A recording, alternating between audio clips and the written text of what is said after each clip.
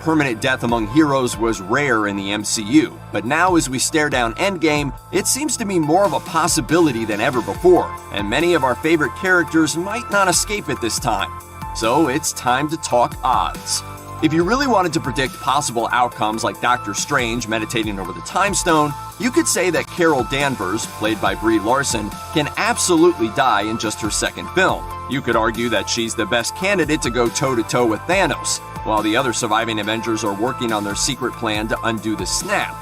Being in the line of fire would place her in clear mortal danger, and it could be poetic that Carol, who only just arrived back on Earth, would sacrifice herself like the space god she is. You could even argue that, since there are more than 2 decades separating Endgame and Captain Marvel, Carol wouldn't really even be dead. Marvel could just keep churning out movies set in the intervening years. You'd be wrong. Carol is the vanguard leading the charge into the new age of the Marvel Cinematic Universe. She'll stick around, and her chance of survival is very high.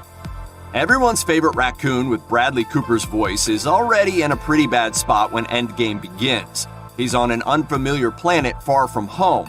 As far as he knows, he's the only surviving member of the Guardians of the Galaxy.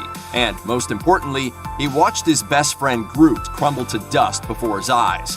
Rocket and Thor had a conversation in Infinity War about how hard you fight when it seems you've got nothing left to lose. I could lose a lot. Me personally, I could lose a lot. For Rocket, that time has arrived. Rocket and Groot have become sort of unofficial mascots for the comic side of the MCU. With a third Guardians movie on the way, it's hard to imagine a world in which they don't both pull through this, even if Rocket does end up having to wear one of those prosthetics he finds so hilarious. His chance of survival? Moderately high. Endgame's marketing materials have been very clear about what the surviving hero's goal is. Take it all back. Whatever it takes. That's a pretty clear mission statement that gives every major character a redemptive arc as they each quest for personal vengeance. Bruce Banner, played by Mark Ruffalo, in particular has a goal. Endgame will have to address Banner's sudden inability to handle the Hulk, who has retreated into his host body and refused to fight on behalf of Banner and his friends. This left our heroes at an apparent disadvantage during the Battle of Wakanda.